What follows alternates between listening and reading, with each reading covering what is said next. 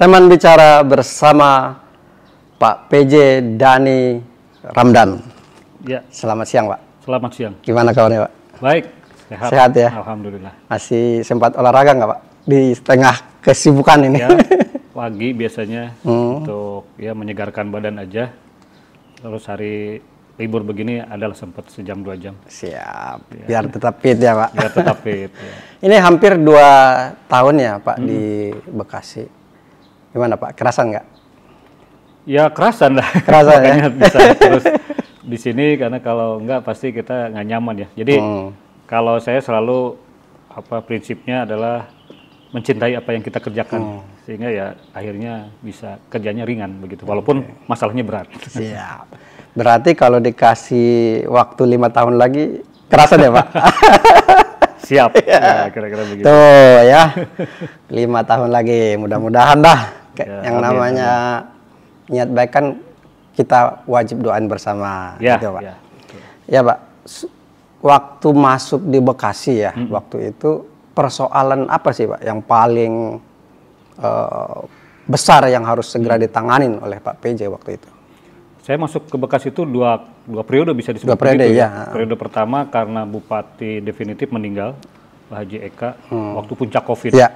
Jadi berarti tugas utama saya adalah mengendalikan COVID. Waktu itu rumah sakit semua penuh, suspek maupun korban COVID, wah di mana-mana, ekonomi macet gitu kan. Alhamdulillah dalam waktu 4 bulan, waktu penugasan pertama itu COVID dari, ingat istilahnya PPKM ya, PPKM level 4, bisa turun ke PPKM level 1 dalam waktu 4 bulan, kemudian pelantikan wakil bupati, sehingga sekarang ada wakil bupati yang kemudian jadi PLT bupati, saya pulang dulu ke Bandung. Nah kemudian karena sisa masa jabatan beliau hanya 7 bulan, saya yang ditugaskan lagi, udah lanjutkan aja Pak Dhani. Nah di periode kedua itu lebih ke pemulihan ekonomi dampak pandemi. Gitu. Berarti yang pertama itu fokus ke COVID ya, penanggulangan Pak? COVID. Ya. Memang suasananya juga waktu itu menegangkan ya. Serem banget. Jadi, waduh, namanya sirine ambulan tuh ya tiap hari. Iya.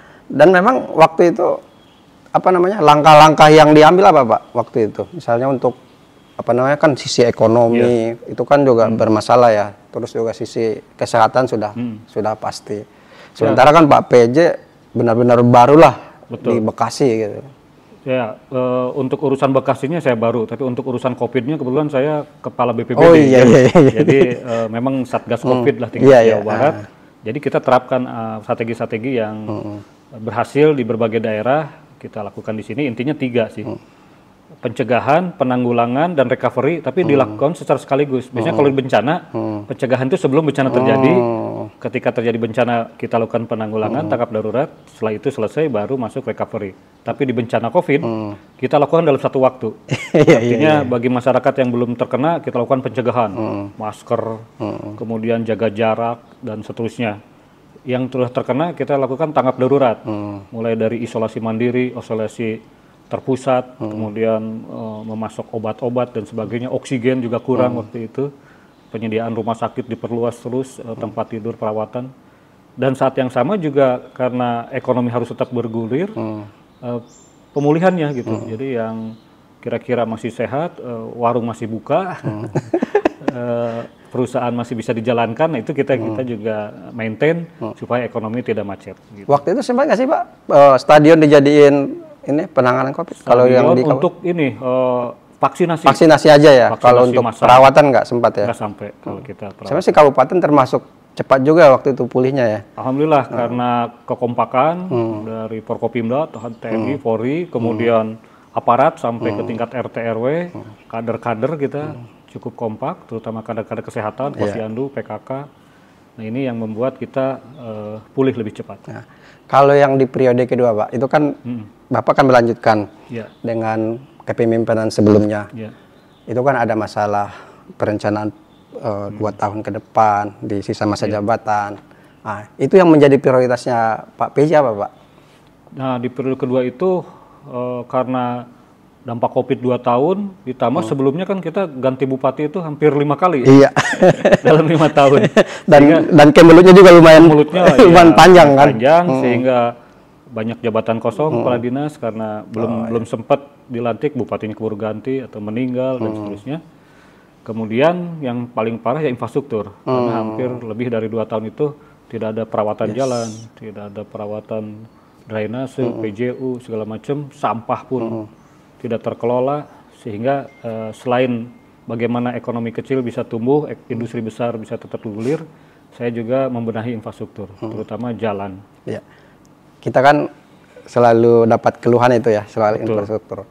Dan memang di Bekasi nih Pak PJ, persoal yang paling diributkan masyarakat ya, terutama netizennya itu adalah masalah infrastruktur. Iya, betul. Sebenarnya kira-kira bisa nggak sih sebenarnya Pak diselesaikan masalah infrastruktur ini, terutama masalah jalan ya Pak? Jalan. Jadi saya jelaskan dulu problematik jalan di kabupaten ya. Pertama, panjang jalannya itu ternyata paling panjang jalan kabupaten. Jadi kita ada jalan nasional, jalan negara. Ini yang banyak yang nggak ditahu masyarakat ini. Jadi di semua daerah itu ada status jalan. Status jalan nasional itu dikelola oleh kementerian. Status jalan provinsi dikelola oleh Dinas Bina Marga Provinsi. Status jalan kabupaten dikelola oleh Dinas Kabupaten. Ada lagi jalan lingkungan, jalan desa. Itu oleh desa atau RT RW ya. Dengan swadaya. Nah, di Kabupaten Bekasi jalan nasional itu hanya 35 km. Itu yang mana itu, jalan negara itu, mulai Imam Bonjol. Oh, Imam Bonjol ya. Sampai ke Batas Karawang sana. Iya. Itu yang jalur mudik jalan gitu ya. Hanya itu satu ruas, 35 km. Kalau itu koordinasinya gimana Pak? Misalnya ketika itu rusak segala macam, koordinasinya dengan pusat PUPR. Dan mereka bisa anggarin tiap tahun? Ya, ada memang pemeliharaan. Iya. Terus jalan provinsi hanya 34 juga, beda dikit aja, itu Cikarang Cibarusa. Luar itu, kita jalan kabupaten itu 970 km, coba bandingkan. 35 dengan APBD berapa? 7 triliun pun kan itu untuk nggak semua untuk jalan ya? Jalan itu di bawah 1 triliun, paling saya masuk cuma 300 miliar. Untuk infrastruktur? Untuk jalan? Untuk jalan? Iya, sekarang sih udah di angka 700-an miliar setahun. Itu sehingga bebannya begitu berat karena begitu banyaknya jalan kabupaten, bahkan jalan lingkungan pun harus didanai APBD sampai saat ini gitu, karena mungkin kebiasaannya seperti itu. Nah, yang kedua, selain ruas panjang jalannya yang luar biasa, beban angkutannya, beban lalu lintasnya. Ini kan daerah industri, jadi truk-truknya segede-gede apa gitu kan, dan itu jalan masuk-masuk juga jalan kabupaten gitu, sehingga kita biaya perawatan 1 kilometer di Kabupaten Bekasi 2 kali lipat dibanding daerah lain ya, yang bukan industri ya. Setebal apa supaya dilewati tonasinya tonasinya bisa besar gitu. Itu problemnya sebenarnya. Kalau yang jalan-jalan kan ada juga tuh beberapa konflik Pak di daerah Cibitung kalau nggak salah beberapa waktu yang lalu. Itu kan ada perumahan tuh.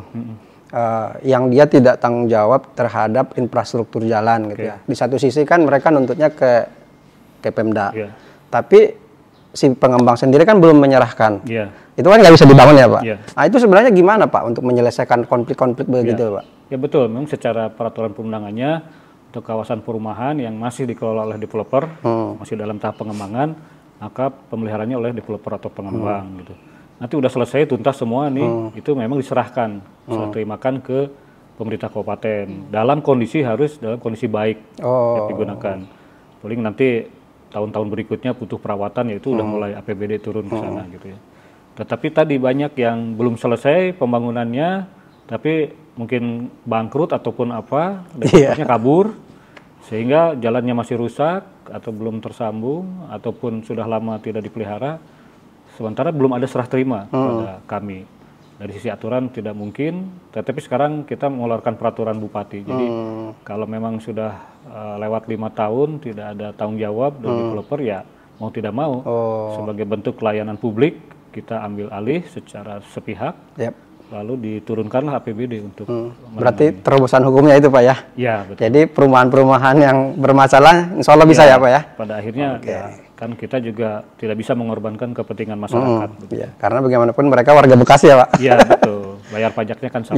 Gitu. Nah ini Pak, kalau untuk 2024 ini kan saya perhatiin di daerah Tambun dan Cibitung itu kan lumayan masif tuh Pak untuk pembangunan jalan. Untuk tahun ini berapa ini Pak kira-kira Pak? Berapa ruas yang? Hampir 120 km. 120 km. Awal kita hanya 50-an kilo per tahun. 50 kilo. Ya. Ada bahkan 34 kilo. Saya ingat itu waktu anggaran pertama itu. Itu pun dengan ya mekanisme pengadaan lelangnya masih bermasalah. Sekarang dengan anggaran 120 terus tidak tender sekarang kita. Pakai e-katalog. Sehingga tidak ada jatuh-jatuhan harga. Kalau tender kan kita cari yang termurah. Biasanya yang dikorbankan spek gitu. Dia nyuri-nyuri spek supaya tetap punya untung. Tapi kalau di e-katalog silahkan harga berapapun, yang penting disesuaikan dengan spek yang kita maui. Nah, nanti biasanya mereka bersaing misalnya dari sisi masa pemeliharaan.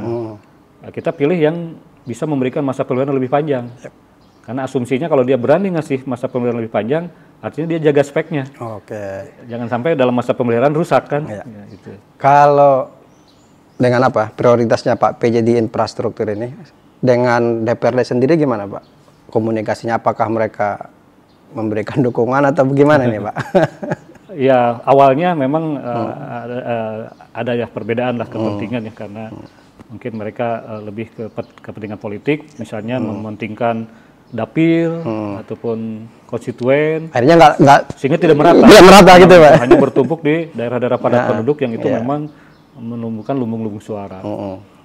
Dan kepentingan yang lainnya. Nah, tapi sedikit demi sedikit sekarang kita sudah bisa mengkomunikasikan lah, sehingga dan kebanyakan kan karena tadi kepentingan dapil, jadi jatuhnya ke jalan lingkungan. Jalan perumahan terus yang ditangani. Sementara jalan kabupaten, jalan protokol rusak gitu. Ya. Tapi sekarang sudah ada kesepahaman lah bahwa ini juga harus dialokasikan secara lebih baik, sehingga tadi dari tadinya hanya 50 kilo, 70 kilo, sekarang udah 120 kilo per tahun bisa kita perbaiki. Berarti kalau misalnya dalam 5 tahun, 200 kilo kan? Ya, target saya 970 kilonya ya harus ditingkatkan semua, karena kan walaupun mungkin bertahap, tapi bisa tuntas lah, karena jalan itu kan kalau di dalam tubuh itu urat nadi, yang jalan untuk menyalurkannya darah, di situ ada oksigen, ada nutrisi dan sebagainya.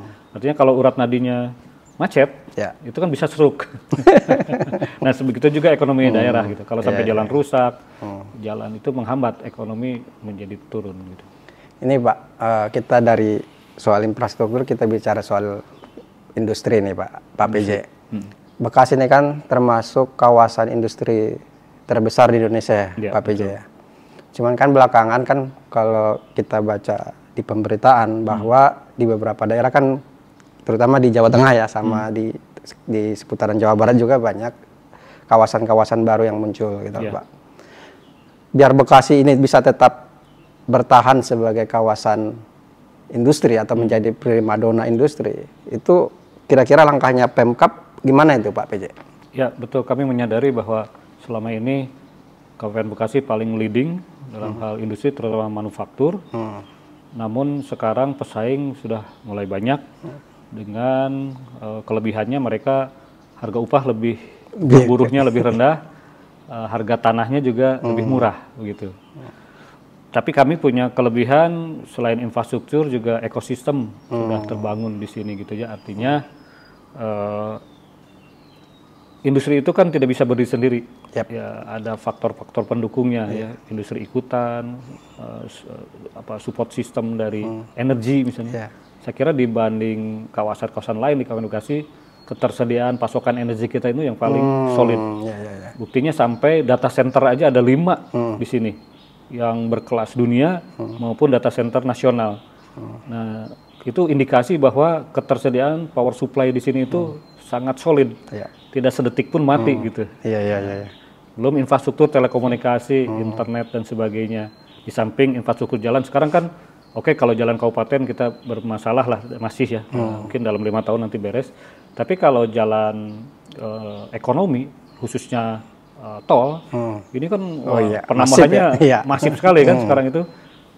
Japek sudah elevated, ditambah lagi tol Cibitung Cimanggis kemarin diresmikan lagi. Cibitung Setu ya? Cibitung Setu ke sana, Cibitung Cilincing dulu, baru Cibitung Cimanggis. Dan mungkin beberapa bulan lagi Japek 2 di selatan yang langsung ke daerah Purwakarta gitu. itu semua menempatkan wilayah Kabupaten Bekasi betul-betul menjadi primadona untuk destinasi investasi, saya yakin. Nah, tetapi tentu pemerintah kabupatennya tidak bisa hanya duduk manis menunggu investor datang. Pertama, tentu kita dari sisi pelayanan perizinan dan pelayanan investasi harus paling unggul dibanding daerah lain. Yang kedua juga memberikan kenyamanan bagi para pelaku industri, baik level manager maupun karyawan, operator untuk betah di Bekasi. Caranya perumahan-perumahan kita memang harus di-up nih, supaya lebih nyaman, ditambah sarana pendidikannya, sarana pembelanjaannya. Makanya kita undang Eon Mall, undang sekolah-sekolah perguruan tinggi ternama baik nasional maupun internasional. Kita sudah punya fakultas kedokteran juga, walaupun itu masih swasta semua, karena kita belum punya perguruan tinggi negeri. Dan ini dalam rintisan kita akan punya universitas negeri dalam 5 tahun ke depan. Amin. Ya, Bekasi ini kan termasuk sumber daya manusianya kan banyak, Pak, terutama yang muda-muda ya. Dan memang pada akhirnya kan mereka kuliah keluar ya. Dan maaf ya Pak PJ, kadang saya agak miris nih, anak-anak Bekasi itu kuliah di Karawang, Pak PJ. Maaf ini, bukan mengecilkan Karawang ini, mohon maaf. Tapi kan karena dia duluan dapat negeri gitu kan. Kalau mungkin di Bekasi ada, ya pasti dia akan milih Bekasi gitu. Ya, akhirnya kan ekonomi Bekasi pindah ke Karawang itu maksudnya Pak PJ. Sebenarnya kalau saya baca dokumen sudah lebih dulu kita itu punya konsep, punya gagasan, punya persiapan untuk membuka perguruan tinggi negeri dengan ITB lagi.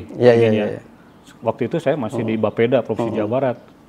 Ingat betul waktu itu ITB akan buka perguruan tinggi negeri lagi dengan nama yang lain tapi teknologi industri itu pusatnya, karena di sini pusat industri wajar dong kalau punya ada institut untuk pengembangan teknologi industri.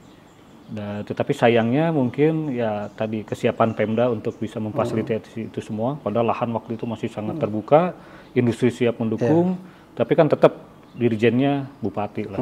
Kalau nggak salah waktu itu kan salah satu inisiatornya Pak Gubernur Ahmad Heriawan kalau nggak salah. Betul. Itu kendalanya di mana sih Pak? Kok sampai padahal masyarakat udah ngarep-ngarep banget loh itu Pak. Teknis sih sebenarnya kalau yang saya pelajari. Jadi lahan udah disediakan oleh kawasan. Tetapi kalau perguruan tinggi negeri kan ingin tanahnya dihibahkan. Karena gitu. Supaya nanti membangun dia nggak ragu-ragu gitu. Karena udah milik pemerintah. Tapi gitu. Waktu itu Pemda Bupati yang waktu itu pengen tanahnya tetap milik kabupaten. Jadi masalah di situ. Itu harusnya kan bisa. Sebenarnya teknis banget ya. Teknis banget. Padahal kan sebenarnya milik negara juga ya. Iya, sebenarnya kalau menurut saya kan bahkan kita yang penting kan manfaatnya ya. Iya, ini tanah milik siapa tapi manfaatnya untuk masyarakat Bekasi kan. Kalau pendidikan, kesehatan kan sebenarnya membawa ekonomi juga kan, Pak. Misalnya kayak PTN misalnya di sini.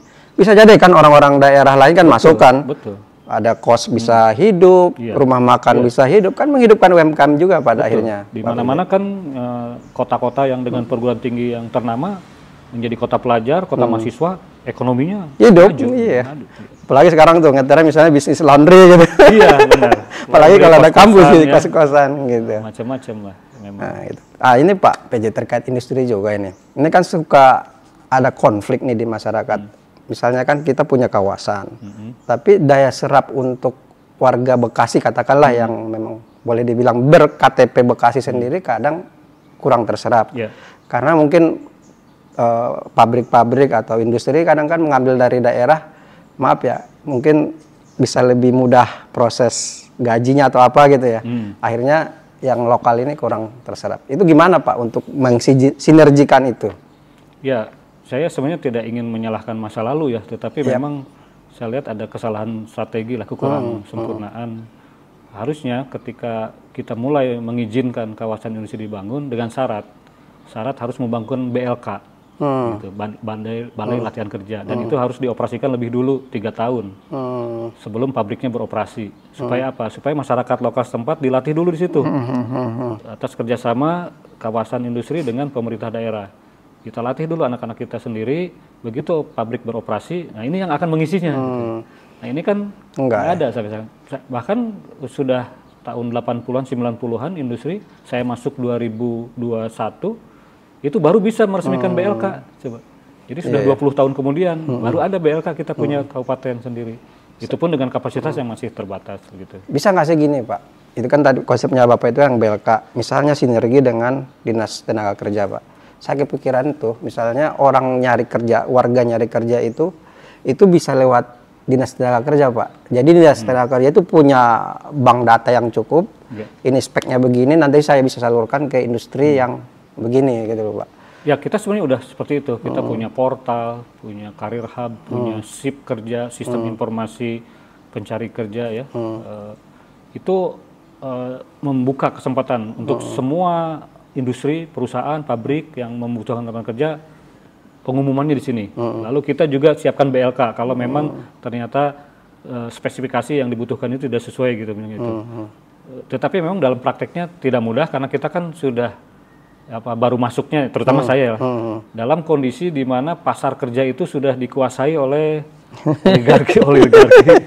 Kadang jaringan. Iya. Kadang yang sedih itu gitu Pak PJ, masuk katakanlah ya, masuk pabrik aja lewat yayasan, maaf ya Pak, saya bukan ini ya Pak. Kadang kasihan warga itu kan harus bayar apa gitu kan. Tapi kalau itu di take over oleh ini sedikit-sedikit sedang kita kerja kan bagus Pak. Ya? Kita sekarang melakukan sertifikasi atau akreditasi LPK dan yayasan itu. Jadi yang memang yang bandel-bandel itu kita cabut sertifikasi. Cuman kadang-kadang masyarakat masih kurang cermat dalam menggunakan jasa-jasa LPK yayasan itu. Tidak tanya dulu mana sertifikasinya, main daftar-daftar aja. Ini memang butuh sosialisasi karena yang justru yang kurang baik ini lebih agresif, keliling door to door gitu kan. Kalau lembaga resmi kan dia duduk aja karena memang pendaftar juga banyak. Ini yang memang butuh waktu masih, dan mungkin nanti ke depan kita akan melakukan regulasi yang lebih ketat lagi, diikuti sanksi-sanksi yang lebih tegas terhadap LPK maupun perusahaan yang terbukti misalnya tadi melakukan pencaloan, pemungutan liar dalam proses rekrutmen kerja. Juga mengenai politik afirmasi, memang kita tidak bisa secara saklek menutup pintu bagi pencari kerja dari luar, gitu kan, karena kita NKRI gitu. Tetapi kalau misalnya himbauan itu boleh, coba diperbesar proporsi untuk tenaga kerja lokal. Dan perusahaan itu umumnya lebih memilih pekerja lokal kalau memang kompetensinya sesuai dengan yang di situ kadang ya Pak. Nah, di situ kadang-kadang ada gapnya, gitu. Yang kedua aspek mentalitas. Bagaimanapun pasti kalau kita juga pergi keluar kan. Fighting spiritnya, mentalitas perantau itu lebih kuat. Kita kalau gagal pulang kampung malu. Sementara kalau kita masih di kampung sendiri kan masih ngerasa ada jaring pengaman, masih ada orang tua, masih ada keluarga besar dan seterusnya. Jadi kalau ada kesulitan sedikit bisa langsung resign dan sebagainya. Tapi kalau pendatang perantau kan dikasih susah dulu, dia bertahan lah gitu. Nah mentalitas ini yang harus disiapkan. Jadi nanti BLK kita termasuk anak-anak SMK itu tidak hanya hard skill. Nah sekarang itu saya lihat fokus LPK itu hard skillnya, cara ngelas, cara mengoperasikan mesin dan seterusnya. Padahal banyak itu adalah kemampuan teamwork, komunikasi, kejujuran, komunikasi, kedisiplinan, yang gitu-gitu yang membuat seorang karyawan itu bisa maju karirnya. Gitu. Saya tertarik itu Pak. Itu kan masalah SDM ya Pak. Soal yang tadi soft skill ini kan nyaris. Ya selama inilah kalau saya perhatiin itu nyaris tidak diperhatikan Pak. Padahal di dunia kerja faktanya itu kan kayak kejujuran ya Pak. Itu kan faktor paling penting ya Pak. Banyak orang dikeluarin nggak dapat job segala macam, nggak dapat project, itu kan masalah kejujuran. Karena nggak jujur. Itu kan sebenarnya mulai dari pendidikan dasar ya Pak. Nah, ini ke depan gimana Pak untuk membangun SDM yang komplit lah menurut saya, baik itu intelektual dan juga di Bekasi itu sebenarnya sudah ada peraturan bupati sebelum saya masuk mengenai pendidikan karakter sebagai muatan lokal. Karakter Bekasi itu apa? Udah disesuaikan dengan nilai-nilai industri. Tadi ya, mulai dari keimanan ketakwaan, kemudian juga skill, keahlian, kejujuran, disiplin, gitu, keberanian, yang gitu tuh ada. Lalu implementasinya dalam bentuk apa gitu? Di hari Senin untuk wajib kejujuran misalnya apel ataupun upacara, nanti untuk masalah kejujuran ada uraiannya. Cuman implementasinya yang kurang kuat begitu. Jadi saya akan memperkuat itu karena itu betul tidak bisa hanya di BLK kalau masalah karakter itu. Karena itu melibatkan guru dan orang tua murid juga Pak. Gitu. Dan memang kita masih banyak melakukan pembiaran terhadap praktek-praktek tadi yang kurang normatif gitu ya di lingkungan masyarakat, di lingkungan kedinasan juga. Nah ini yang sedang sedikit-sedikit secara bertahap tapi berkelanjutan kita bereskan. Misalnya ya kita kan yang paling gampang PNS lah yang ada di bawah kita itu kendalinya. Disiplin PNS terus kita tingkatkan karena PNS yang disiplin nanti dia juga akan membawa masyarakatnya sampai ke kecamatan, desa gitu. Masalah kebersihan misalnya, ini sekarang kita sedang lomba kampung bersih di mana-mana agar budaya bersih ini menjadi kultur masyarakat karena itu kultur industri. Memang kalau industri itu kotor. Nah, ini masalah kebersihan nih Pak, saya teringat nih. Tapi alhamdulillah sih beberapa kali lah saya lihat kayak yang paling nyata lah Pak, itu kali Busa lah. Nah, kalau Bapak Pak PJ tahu tuh. Itu dari sekian tahun tuh Pak. Berkali-kali nggak pernah dikeruk berarti alhamdulillah Pak. Sekarang bersih kan? Dan memang katanya perlu melibatkan masyarakat deh Pak. Jangan sampai buang sampah lah gitu kan. Karena kita itu ngeruk kali itu nggak berhenti sepanjang tahun. Selesai nanti geser ke kali berikutnya, kali ini udah kotor lagi. Cuman kan kalau ada yang ngeruk, ada yang buang, nggak kerang Pak. Saya pernah nyoba tuh pakai perda, kita ada aturannya. Jadi kalau buang sampah ketahuan itu ditangkap, bahkan sanksinya itu 50 juta. Nah kalau dia tidak bisa bayar 50 juta, dikurung 3 bulan. Nah masalahnya kebanyakan nggak mau bayar 50 juta, dari mana? Yang makanya dia buang sama sembarangan nggak punya duit. Kalau punya duit mungkin dia ada bayar petugas dan sebagainya. Terus kalau dikurung 3 bulan, penjaranya nggak cukup. Lalu harus kasih makan orang 3 bulan. Waduh, mungkin aturannya nanti harus lebih rasional gitu. Karena pernah itu Pak, Pak PJ itu gara-gara kita viralkan ya, ada orang lah itu pemilik warung ini Pak PJ, dia buang ke Kalimalang, kita viralin tuh. Alhamdulillah Satpol PP Kabupaten bergerak cepat tuh, ketangkep orangnya. Ya itu kan sebenarnya kan kalau dilihat orang kita malu ya Pak, bukan bangga sebenarnya gitu loh. Jadi malu gitu. Ada di beberapa kecamatan, desa sudah melakukan itu, jadi sanksi sosial. Kalau saya sih lebih mendorong itu, gitu. Misalnya yang tertangkap buang sampah sembarangan disebar di YouTube di mana gitu ya, masih sekedar untuk edukasi kan nggak apa-apa gitu, bukan untuk menghinakan gitu. Tapi memang pekerjaannya salah sih gitu. Dan membuat mereka jerak gitu. Daripada dipukulin, janganlah. Tapi memang kelihatannya ke depan sih Pak PJ perlu ini juga melibatkan masyarakat dalam artian selain edukasi, pemberdayaan sampah ini loh Pak PJ. Jadi dikelola berbasis desa gitu kan. Makanya yang sekarang kita lomba kampung bersih udah 3 tahun nih. Memang di tingkat kabupatennya setahun sekali, yaitu menjelang HUT RI dan hari jadi Kabupaten Bekasi kebetulan berdekatan kan, 15 Agustus dan 17 Agustus.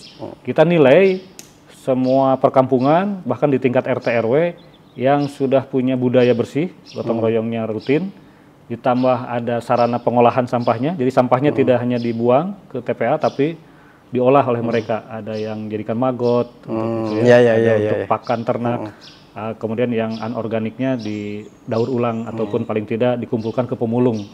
Nah ini sudah banyak, dari tahun ke tahun bertambah, dari awal saya hanya 50-an bank sampah disebutnya, sekarang sudah sekitar 280 bank sampah se-Kabupaten Bekasi. Nah, karena tadi yang bagus kita kasih hadiah dan seterusnya. Dan itu juga tadi ikut sertakan masyarakat, melibatkan masyarakat dan memberdayakan masyarakat. Jadi tingkat kabupaten setahun sekali, nanti di tingkat kecamatannya 6 bulan sekali, di tingkat desa 3 bulan sekali, di tingkat RW sebulan sekali, tingkat RT seminggu sekali. Amin. Gotong royongnya gitu. Ini Pak PJ. Dalam 5 tahun, 10 tahun ke depan kan pasti akan terjadi disrupsi perubahan yang sangat besar. Terutama misalnya kayak perubahan ibu kota pindah ke Kalimantan misalnya Pak PJ. Itu kan sedikit banyaknya kan mempengaruhi wilayah kawasan Jabodetabek Pak PJ. Kira-kira opportunity Kabupaten Bekasi 5 tahun ke depan itu seperti apa Pak PJ?